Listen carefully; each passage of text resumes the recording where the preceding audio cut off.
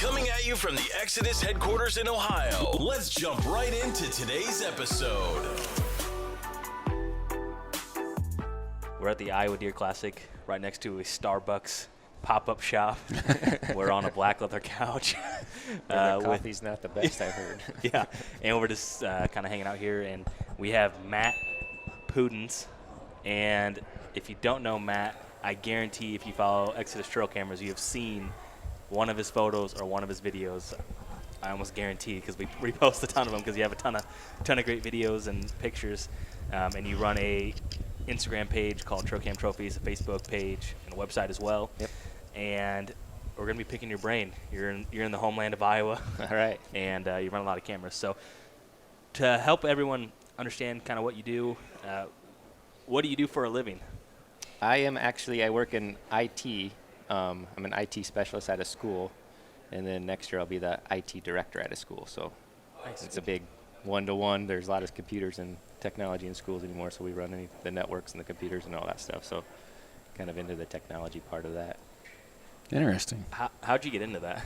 Well, it started out, I was landscaping and a landscape foreman, and that was killing me. A lot of work, a lot of hard work. So I was like, I got to do something different. I can't do this all the time. So I wanted to get into something different, and I always liked computers and things. So I went back to school, got my web design and web development degree. My first job out of that was with the school, just trying to helping things out, and then it just snowballed into that and turned that into something that I really like to do and really fun to do. And you'll be running the show next year. Yeah. I had to bring you on board to write some specification sheets for us, start going through chipsets and modules. And yeah, see, all that stuff there is interesting to me. I'm not saying I know anything about it, but it is interesting how that stuff works and how it's advancing. It's really cool. Yeah. Very neat. So aside from your professional background, do you have any type of industry background, or do you buy some cameras and started building the page? Or walk me through that. Yeah, industry-wise, so right out of high school with the web design and web development, one of our projects was to make a website. You had to make a website using Dreamweaver, Adobe Dreamweaver. So my thing right away was, well, I like trail cameras, I like deer hunting. We just got into trail cameras, and you started getting pictures of deer and started building up to that, and like, well, let's name these deer. Like, people are naming them. So and then they're like, well, there's no database of deer names out there. So I was like, for my project, I'll just make trail cam trophies. Uh-huh. And then we kind of just started going from there, where it just got bigger and bigger, and my wife, Jennifer, has been a big help on getting it started on the Facebook side and things, and it's kind of snowballed out of there. So it's growing a lot, and that's kind of how we got into it, and I don't know, made your hobby kind of something that you just do on the side there. That's pretty interesting. So that was it was related to coursework, that project, and it's stemmed into to so much more now at this point. Yeah, after school I thought might as well just keep it going. It doesn't take much to get it going. So, yep, that's how it started. Very cool. As far as, give us a little bit of background of your whitetail resume, or like your history in whitetail hunting. Or Well, I started, in Iowa, I think everybody does it. Everybody starts out youth season. I was 12 years old. Dad took me out. We hunted hard. I missed a lot of does that year. It's just hunting in Iowa in September. The thing I remember most about is the mosquitoes. Every cornfield, every creek we sat in, just mosquitoes everywhere. You know how they attack you. Oh, yeah. And then Dad's like, they're going to come out here, and they'd come out, and I wouldn't get the shot. But eventually we did. And we ended up shooting a little fork-horned buck, and I still remember that day today. And so at 12 years old, that's when I started shooting deer, and been hunting Iowa ever since then, shotgun season. And then with my wife, I picked up bow hunting, and she got me into bow hunting. So now we do both bow hunt and shotgun hunt. And I think now would be my 22nd year that I finished hunting whitetails. Wow. And I think I've harvested at least a doe every year. So very cool. I know you run a lot of cameras too. Let's talk a little bit about your lineup. I know you run some of our cameras, and I also know you ran a lot of other cameras as well. Right. Back in 2008, I got the Moultrie Flash with the 4D batteries, that you put in there, and that's what we started with. Like, oh, that's cool, and started running those ones, and then it just started going from there. You'd pick up different ones, and you'd find out which ones worked for you, which ones you didn't like. And trail cam technology from what it was back then to what it is now is crazy. So that's kind of where we're at. And right now, I should know, but I don't know how many trail cameras I got. It's no more than 20 though, I think. And yeah, I do have different varieties of different companies and different brands, but yeah, there's certain ones that, like right now in the middle of winter, I don't run them all. I take some back in, but the ones that I trust, the ones that I like, they're still out there catching the photos that I want to do, and they're still working. So that's what I'm working with. Very cool. Are you running any cell cameras up to this point right now, or cell phone cameras? Yeah. I do have one that I was running, and it's a different brand. And it's all right. I mean, I like it. I've had troubles with it a little bit, but, I mean, it's a pretty cool concept to get that to come to your phone and stuff like that, and you kind of wake up and see what happened if it's, gotten to your phone. So it's pretty cool, yeah. A little bit addicting. Yeah, at it times, is. Yeah. So walk us through, like we talked a little bit, I guess, a little bit about your whitetail resume. Talk us through about some of the properties. I assume that you're probably hunting private, but is there, you doing anything on public, or is it a family farm? Is it knock on door permission, or what? Yeah, so I'm from Carroll, Iowa, so that's northwest Iowa a bit, and then where we live now is southern Iowa, and so up there it's more of old time, like my family's and their farms, and not that we hunt their farms, but it's just people that they know, like we've hunted properties for quite a while and we had permission to get on them, so that's what that was. And then down in southern Iowa where we bow hunt more, it's my wife and her family. They've lived there forever. They know the neighbors and stuff, and her family does have some land that we hunt their land, and then the others is, the farmers, the neighbors that we've always hunted, and we help them out and they help us out, and it's just that relationship. And we don't go on public land too much. There's Iowa, I don't know, is probably the worst compared to most of these other states for public land. There's not a lot around. There is some, good areas, and I think it gets hunted somewhat, but I think there's still opportunities there. We just never had to venture out there. Yeah. Right. Yeah. That's kind of cool to know that there are still, like we talked to so many different people, and people complain and I guess bitch or moan about losing properties or gaining permission and not knowing, like, hey, my uncle had this property and kicked me off because now he's making $2,000 off of leasing the ground or whatever. But it's cool to hear that you're still hunting properties that that were in your family circle for years and years and years, that you basically have been on, I guess, since you were a kid. Like that's kind of lost these days. Yeah, it's pretty special. Yeah. Now we are. I mean, I will say we are losing more and more as that that farmer that was there, as he passes it on to his kids or his grandkids, as those things are starting to go away. Then they're starting to split up, and the tracts of land. I mean, I think out where you guys hunt and stuff is bigger. We're lucky to get like a solid 40 acres is a big chunk. We hunt. I wouldn't have guessed that. Hunt smaller tracts. I mean, some of them are closer to 80 to 100 maybe, but not too many. A lot of them are the smaller. It's chopped up. But you gotta, if you're in the right spot, even the right 10 acres can produce all the bucks that you want. It's just how we and we got to share a lot of deer doing that, because obviously they travel more than that, so you got to share with the neighbors on what you're seeing and kind of work with them with that. Yeah. Is that something you guys are pretty open to as far as like working with neighbors? And I mean, we talk. We don't really share everything, obviously, but yeah, we will.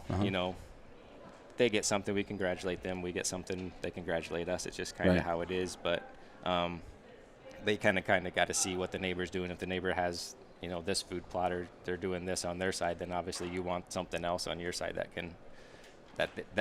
they don't have over there. So you kind of work on that. But it is tougher with the smaller tracts like that trying to get deer and get them to stay and get them at the right time of the year on your land.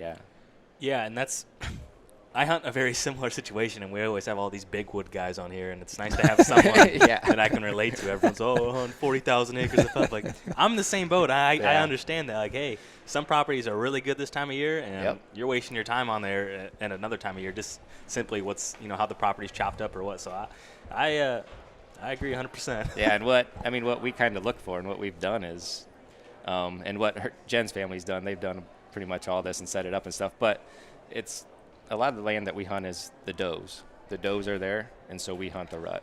That's when we bow hunt, is the rut, because then these bucks come through, and this buck might come through, and I mean, it's the only time you see him. It's the only time I've ever got him on camera was just that time. But that's kind of how we hunt. We hunt the does in that area, and that's what we've always done and done good at it.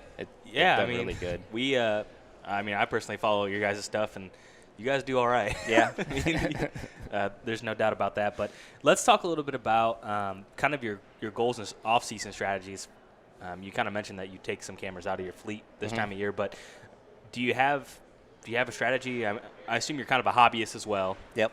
But walk us through kind of your February to May or or so trail camera strategy? Because I think that hits home perfect for the timing right now. Right. So right now I have the trail cameras out, and the ones that are out are in areas where they're congregating for food for the most part.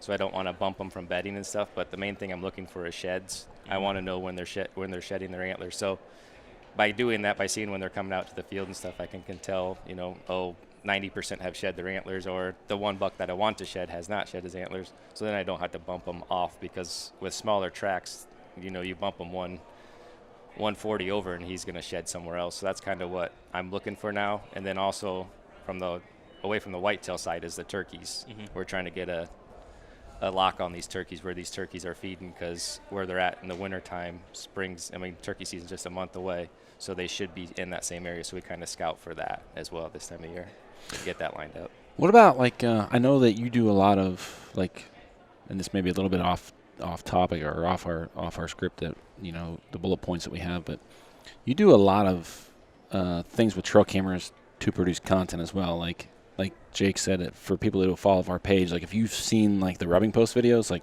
that's stuff that you've done. A lot of I know I look at the pictures and videos that you post, and you could tell that the cameras are placed purposely in a certain location, certain angle, to manipulate the ability of the camera to produce photos. Right. Walk us through that process a little bit, and to this type of, I guess this time of the year, through the winter. Well, yeah, in the winter, I think if there's snow on the ground, you can get awesome photos. And I guess I always thought, if I'm going to get a picture of this buck or this turkey or whatever, I might as well get a gorgeous picture instead of just a picture. And my thing, I could hang it high and point it down and not get that. But so this time of year, I like to hang them lower, about snow level, and get the deer kind of looking into the picture. You got really good sunsets, especially in Iowa, or sunrises even, where you get that good look. And that's when the deer are out feeding in the fields this time of year. So if you can get that place just perfect, that's what I like to do. And I'll take a camera and I'll face it one way, and I didn't really like it, so when I go back and check it, I'll turn it the other way. And it's just that one little move can make all the difference in the world, whether that photo gets the right, or the camera gets the right light, the right whatever, and that just turns out that way. That's what I kind of look for. And it's not just I can say here's a rubbing post and they're hitting it. I'll go move that camera 4 or 5 times, even though I'm getting the photos. It's just it's not quite right. Right. The sun just kind of fuzz it out there. I need this or that, and I don't know. It's just kind of like a hobby, trying to get that. I can shoot one deer a year with my bow, but I can collect all these photos of every deer with the camera. So it's kind of okay, I can get this one, but I can also get pictures of all these too. Yeah. It's kind of like a mission of mine to try to get photos of all the deer. Well, I think it's super cool, because we've talked a little bit on the podcast about the light metering systems and how you can manipulate them, but I don't know that we've ever had a guest on. You're probably the first guest that I've actually probably taken some of those principles and actually use them in the field. So it's cool to kind of talk about some of that stuff, to see how you're using them in that manner. So it's a neat thing. Yeah. And it makes for great content. For an example, people can go look at the trek photos of the deer over the corn pile, snow, and the crest of the hill. Those are nice. Those are really cool. And you're right. You could have set up a stick and pick and pointed in another direction, and then that wouldn't have been the case. But I think that's very neat. And there's always this constant struggle where there's different schools of thoughts of people who are I just want to take a picture. I don't care if it's blue. We talk to every one of those people. Yeah. But we don't get to talk to a lot of people who are just see it as an art form to some degree. Yeah, and that's how, and I see it too as with the social media and with the pictures and getting the pictures and stuff. That's what I feel like I got to keep on. I try to make a post a day on Instagram or something like that, and I got 100 photos to filter through, but I just want to make sure I always have that photo. So even if it's this time of year, you can get bald eagles to come down too, and even if it's just a bald eagle or even a red-tailed hawk, sometimes you just get a cool photo of that. So I'm always just trying to keep those photos going, and I don't know, it's kind of a hobby. Try to get that photo too. I don't know, kind of fun. It extends the season, in some degree. Oh yeah, deer season's over. If you can't find sheds, there's always something cool to capture with cameras. Yeah, and that's just it. When we're going shed hunting, when we're going ice fishing, we're doing all that. I always got cameras close to those spots. So I'm just gonna run over here and check this camera quick and move it around or do whatever, and I'll catch up with you guys when you guys are done or whatever. So yeah, I keep them in the area too, so it doesn't make it like I'm trekking through all of our bedding area just to get a camera that's over here, because I'll pull it out of there. I'll keep it close, easy to get to, make it easy for me too. And then this time of year when they're feeding in certain spots, you can make them, like we can use corn in Iowa after season's over to get those photos and stuff. So I can put them where I want to put them. I can put the deer where I want the deer to come. Yeah. We talk about that as static environments where you can manipulate deer movement into a certain range or certain area of your camera, and you know they're going to spend a certain or a lot amount of extended period of time there. Right. Maybe 20 seconds, 30 seconds, whatever it is, that you'll be able to do what you want with that camera. Yeah. Something I wanted to talk about on this episode is I want you to just walk us through the entire process of a rubbing post, down to where you buy it. How do you dig your hole? Like, break it down to like an elementary level on what you do, because I think it's awesome. So I think the most famous one that everybody always asks me about this rubbing post, and it didn't just happen, but it was there. That post was there. That farmer put it there, and there's like 4 of them in a row, and it's just this one that they hit all the time. And we put the camera on it, and they're like, these things are really hitting it. So then I think we started like putting like little scents on it and stuff, but we don't do anything now. They just every deer they just go to it, and it's in their way. Mm-hmm. The bucks are going from food to bed, and it's right in their path. So I mean, they're like, well, I might as well hit it if I'm going by, even if it's just for a short time. We have tried the cedar one, cutting down a cedar tree. So you find a cedar tree that's good size and cut the top off and cut the bottom off and bury it. And I think we buried it 3-4 foot deep, and that did good. The deer hit it, but they didn't hit it like they did that one. And I think that why they didn't is we put it in the middle of the food plot where you could shoot it from. We got 2 different stands, one for each wind, and we put it within 25 yards of the stand.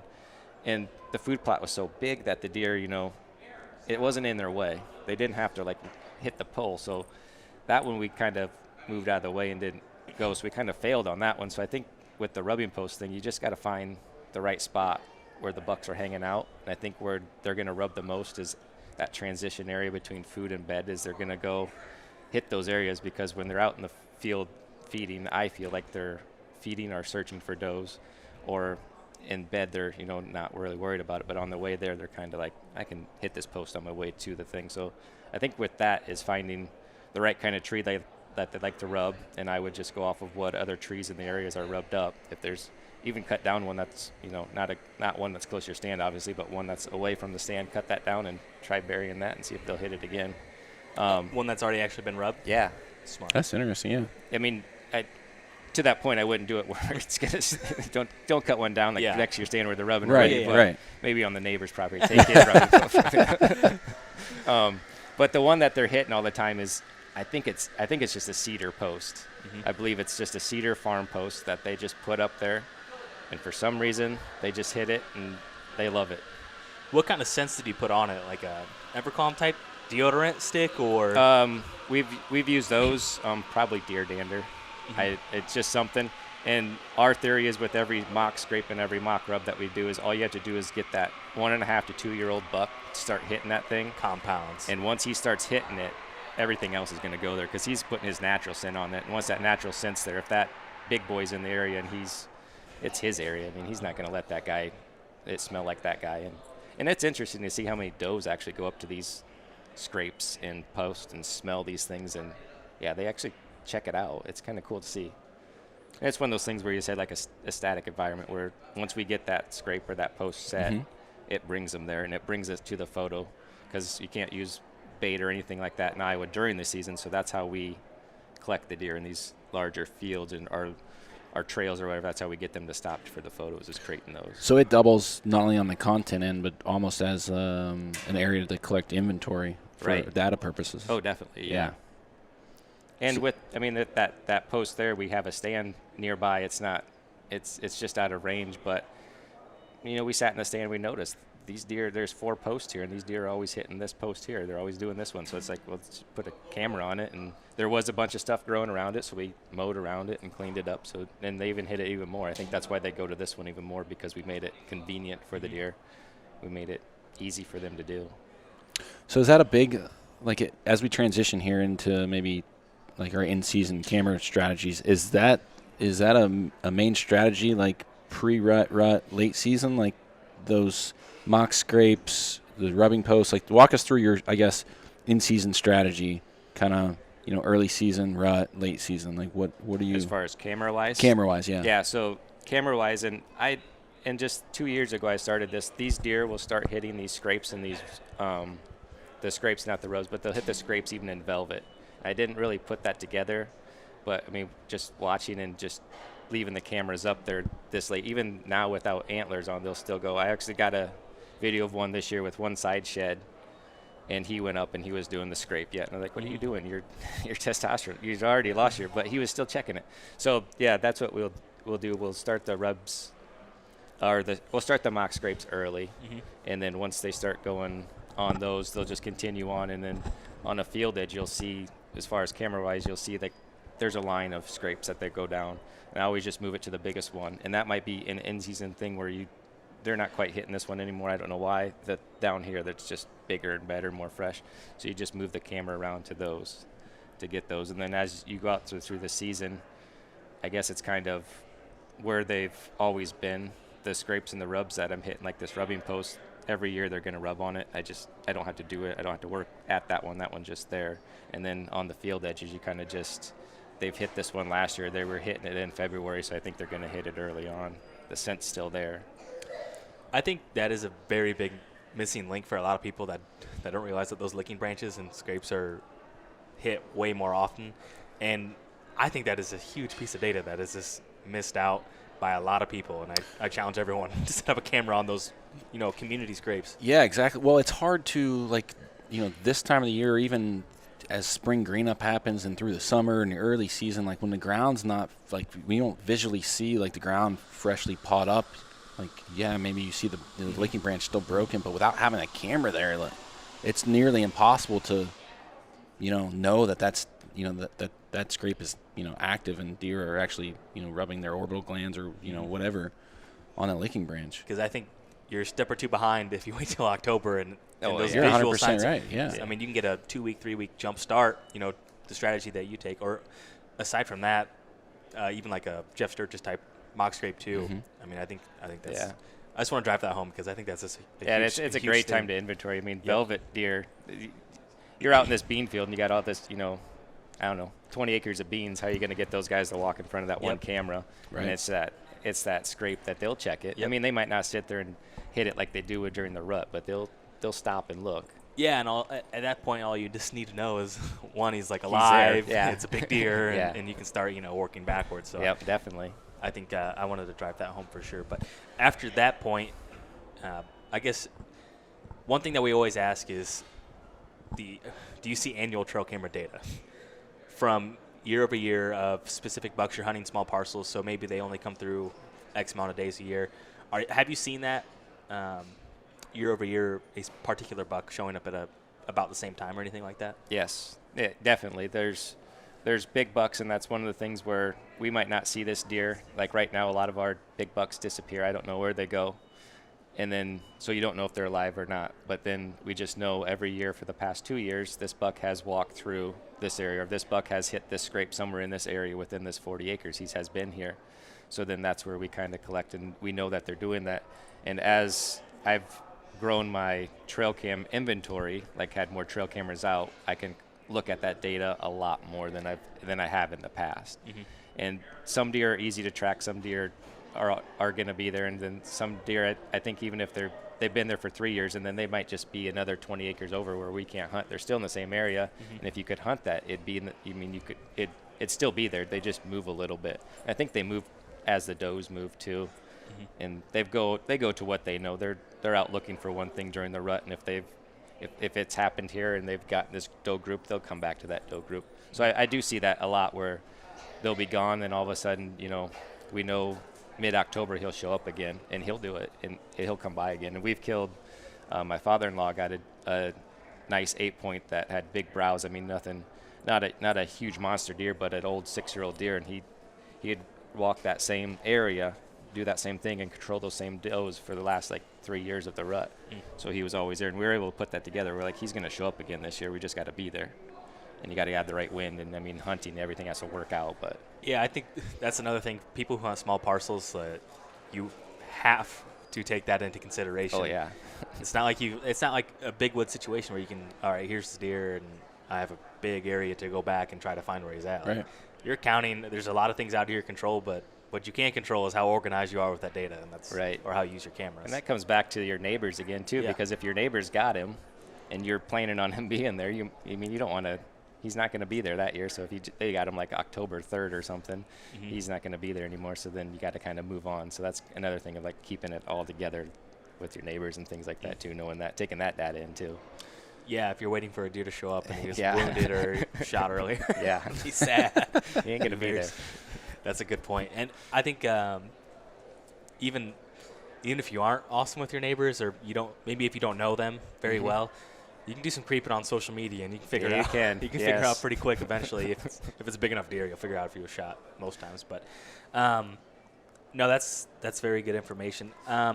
Aside from all the good things that you've been doing, what's a mistake that you've made in the past, or something that you feel you need to improve on the trail camera front? Whether it was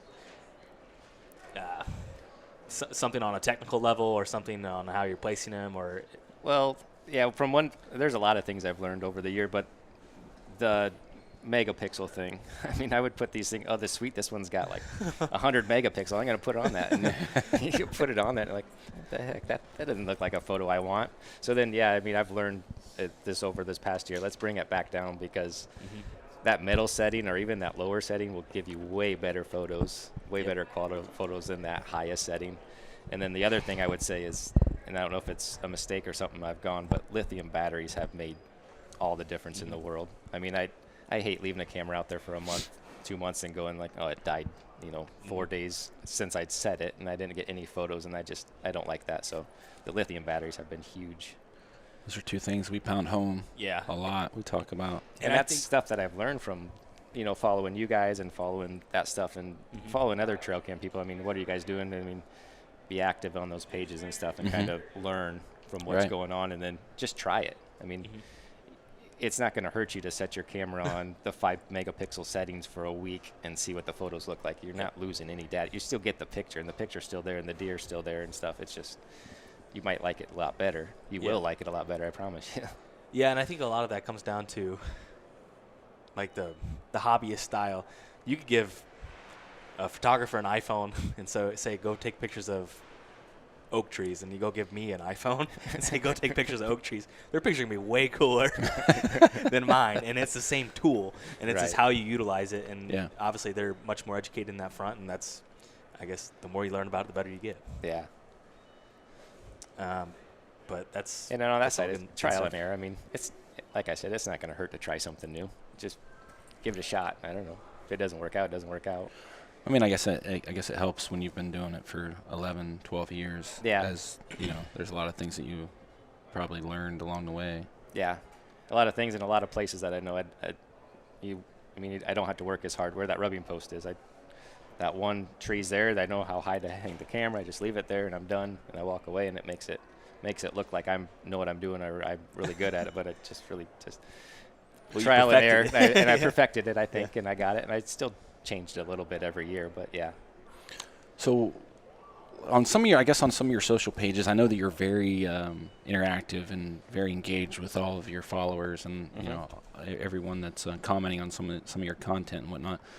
What are some tips that you encourage people to try or encourage people to do outside of the megapixel, the megapixel setting and obviously the lithium batteries? What are some tips that maybe even our listeners could gain from? Do you have anything specific or? I don't know. With that, I think the main thing is that everybody will ask, I don't know if it's a tip. Well, everybody asks what's the cheapest camera I can get or what's the cheapest thing I can get. And it's like, it's not always, I'm sure you can find a camera on eBay for $20 somewhere. I don't know. But you're not going to like it if you try that. Like if you're going to do that, you're not going to like the result, because I can hang a $20 camera up and I can hang a camera that I really like up, and you're going to get 2 different photos on that. I even seen where some of those were missing deer. I mean, I would hang 2 cameras up in the same areas because I knew it wasn't triggering. There's more deer in this area. And I get 20 pictures versus 250 pictures. So, I mean, I think that's a major thing that a lot of people, fall on, is that they try to go for that cheaper that more budget friendly stuff, and it don't. I just stay away from that. I think that's a big tip that I would a lot agree of with people that. could benefit from. Is you're not going to like it, and if you get that first one and these guys talked up trail cameras and they're awesome, the next tool, and you got 5 photos of a branch blown and then the battery's died, you're going to throw it away and you're going to think we don't know what we're talking about. So We see that evolution of customers too. Yeah. We get the people that like I bought every camera ever. I hate them all, and then we'll try ours. And I'm not gonna. Most of the time, I feel then they're like, okay, there is a big difference between a $20 camera and a $150 camera. Oh, definitely. And there's some people that working in the tech field too are not technically prone. I don't care what you do to make it the simplest thing in the world. They're just not going to like it. They're just That's not going true. to like technology. Yeah. And if it's not for you, it's not for you. Don't beat up somebody else for running it better than what you did. But yeah, That's a good point. That's a very good point. And I'm sure you handle that with teachers. Like teachers like, why'd you switch this? Like, I just can imagine. well, anymore you're like, go ask the second grader. He knows what he's He'll show you how to do it. That's hilarious. They're that's smart good. anymore on that. That's funny stuff. I don't know. I think that we covered a lot of good information in a short amount of time. Is there anything else you can think of, Chad? Nothing off the top of my head. I mean, I think, just touching base, we're getting ready to launch a program called the Exodus Black Hats, which is a very small, there's 5 or 6 people involved, a small group of what we call elite trail camera users that know, specifics about cameras on the hardware end, the technology end, and then also the practical side of, using them as hobbyists or deer hunters. And we're very fortunate to have Matt is, a part of that team. We're very fortunate to have him involved. So keep your eyes open for that thing to get moving forward. And there'll be some blog posts and some content rolling out on our page. So we're super excited to have you a part of that. Yeah, thank you. Yeah. Very fortunate. That's Yeah, I probably- mean, very excited for that project, and also we will link to your social and the database of deer names in case Yeah. we're not very creative with the deer names. I'm We talk about terrible. that, so we'll need to take another look at that list and maybe pick from there. So let's take some of the work out of it. But we will link to all your social, the website, and anything else you want to plug here at the end. Yeah, and with that on that social media, I mean, if you follow along and follow me on those, private message me anything. I'm about as honest as you can be. If I don't like something, I'll tell you. If I like it, I'll tell you. I'm not going to push a certain thing down your throat and say you got to buy it. But if you've got a question or you're interested in how this one's doing or how that one's doing or what's this doing or how did you do that, I'm open to all that. I answer all those questions. So if you got anything like that, yeah, go ahead and send me a direct message or something like that. And then I don't know if I could give a shout out to my wife's company here Absolutely, too. yeah. Adventurous Magazine. It's an online digital magazine that she runs, and she does a lot of stuff with women and trail cameras as well. She'll do some articles on that stuff too. So check her out too on the social media and stuff. One thing I just want to mention on Jen's, I guess on some of her projects is I have so much respect for what she's doing, because in this industry you see all these Yep. You don't even have to say it. I'm trying to think of the word that's not gonna. They solicit all the wrong things instead of like. Well, you see like girls in, I'm gonna say, like a bikini top and like short cut off shorts and a pair of like muck boots or something, walking through the woods checking trail cameras. It's like these who companies. Are you following?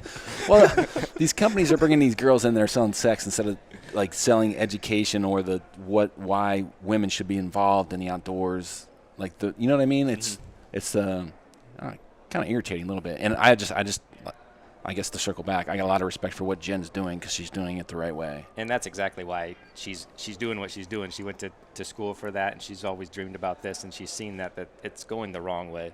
And then it's given the women bad look. I mean, Yeah. you're not going to respect that or anything. No. So she's taking those women that are doing it the right way, doing it the good way, and highlighting them, I guess. And then, but they're telling, like we're doing here, they're telling their secrets. They're writing their articles and telling how they do it and how it is different for women to do this or that, and giving their secrets. So yeah, it's growing big, and she's doing an awesome job, and she's getting a lot of followers. And I hear that a lot, that there's a lot of people that just respect that part of it Mm-hmm. that she's doing there. So, yeah, I'm proud of her. That's awesome.